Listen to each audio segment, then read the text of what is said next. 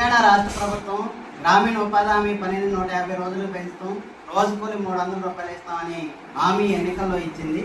పట్టణ ప్రాంతాల్లో ఉన్నటువంటి పేదలకు కూడా ఉపాధి పని పెడతామని చెప్పారు.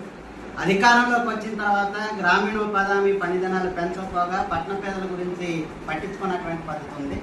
వ్యవసాయ కార్మికులకు అందరికీ రైతు భరోసా పేరు మీద 12,000 రూపాయలు ఇస్తామని హామీ ఇచ్చారు.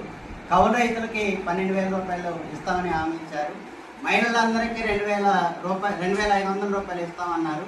అట్లా ఈ పింఛన్ని 4,000 పెంచుతామని హామీ ఇచ్చారు.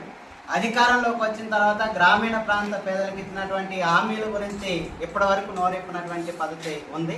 తక్షణం కాంగ్రెస్ ప్రభుత్వం ఈ హామీలను అమలు చేయడం కోసం ప్రణాళికలు సిద్ధం చేయాలి. గ్రామీణ ప్రాంతాల్లో ఇల్లు లేనటువంటి వాళ్ళకి ఇంద్రం ఇల్లు కట్టిస్తామన్నారు. కానీ ఇప్పటి వరకు కూడా ఇళ్ల స్థలాలు లేనటువంటి పేదల గురించి కానీ ఇళ్ల స్థలాలు ఉన్నటువంటి వాళ్ళ గురించి కానీ ఎలాంటి సర్వే